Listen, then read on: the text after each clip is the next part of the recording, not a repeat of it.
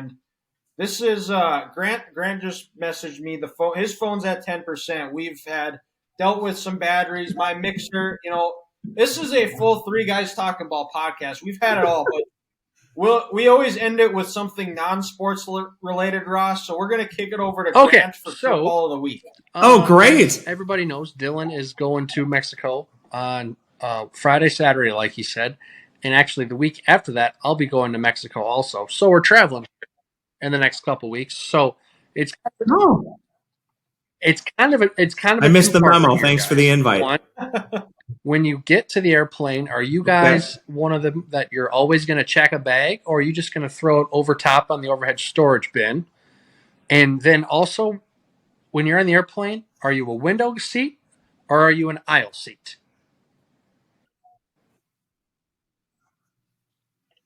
Ooh.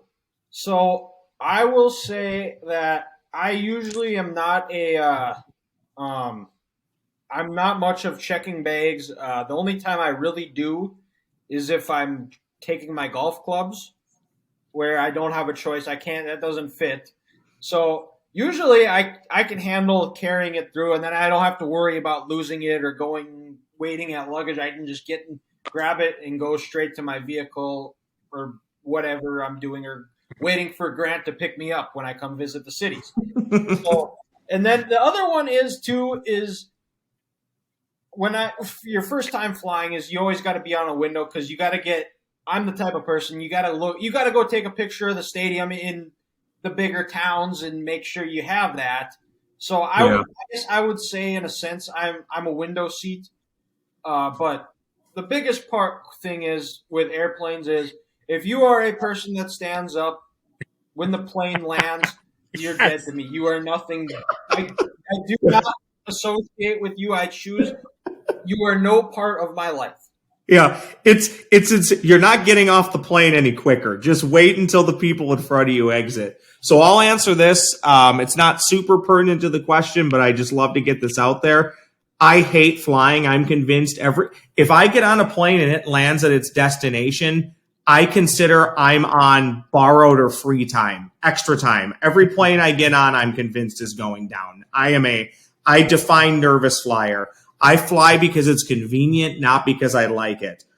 With that said, I will pack everything I can into my carry-on. I will not check a bag unless I absolutely have to. Too many horror stories of family members who went one way and their bags went another way, or bags getting damaged. I don't want to deal with that. I'll bring my carry-on and my personal item. I'll pack everything in there. The key, roll up your shirts and pants and shorts and jeans. Just roll them up. You can fit 10 shirts in a bag. And it's funny, even though I hate flying, I do prefer the window. It calms me down a little bit. I'm like a cat looking out a window. It just puts me at ease. So it's a clean sweep. Grant, what do you got? Carry-on.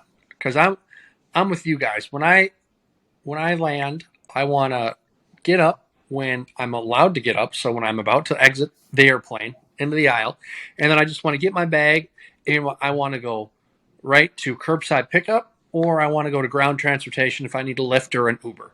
I don't want to have to waste my time going to baggage claim trying to read some sheet that says Minneapolis flight DL 2829 is in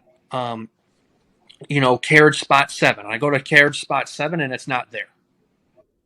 I've had, just like Ross said, too many family members lose golf clubs at the airport. A sister who she flew from Oklahoma City to Dallas to Minneapolis. Well, when they landed in Dallas, her luggage did not get off the plane. So it ended up in some other city in this country. Eventually it got back and she got her stuff 2 days later. And then, just friends losing bags,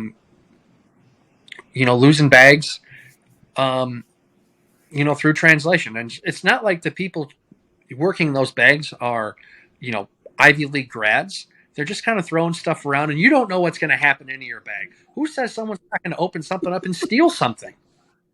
I'm convinced if you put your golf clubs on a plane, you're asking for them to be stolen. And if you put your pet below deck, you're asking for your pet to die. Yeah.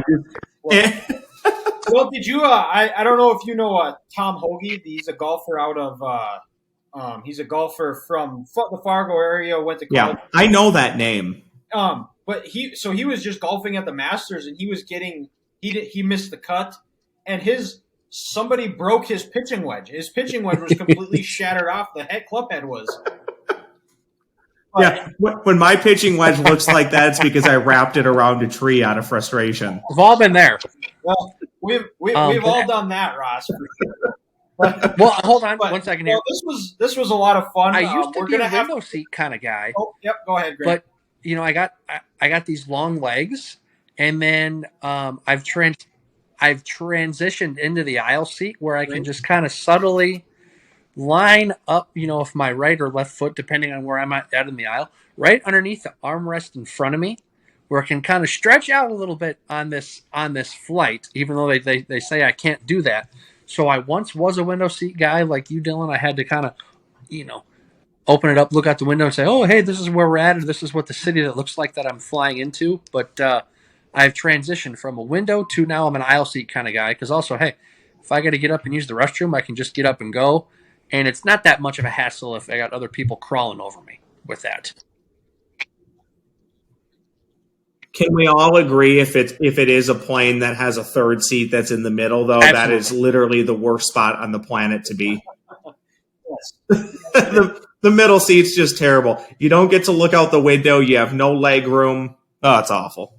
Yeah. Well, and it's funny that you brought up this. This was our curveball of the week too, because right before we started recording, I just booked another flight to go down to Arizona for one of my buddy's bachelor parties. So I guess I'm just traveling man. But Ross, this was a lot of fun. I appreciate you. This has been a 2-hour podcast, and it probably would have gone even longer. But I guess that's just another reason we're going to have you back at some point. Yeah, anytime you want. And I apologize if it went way too long and you guys had things you had to do. But put a microphone in front of me and ask me to talk sports, I'll do that. So yeah, I'd be happy to come back, and you guys let me know how I can ever help you out if you need it. Yeah, absolutely. So thanks, Ross. Thank you guys for listening. You can check us out on all of our social medias. Segments of the show will be out on the Friday on YouTube. Subscribe there as well. But that puts a bow on episode 74 of the Three Guys Talking Ball podcast. And we'll talk to you next week.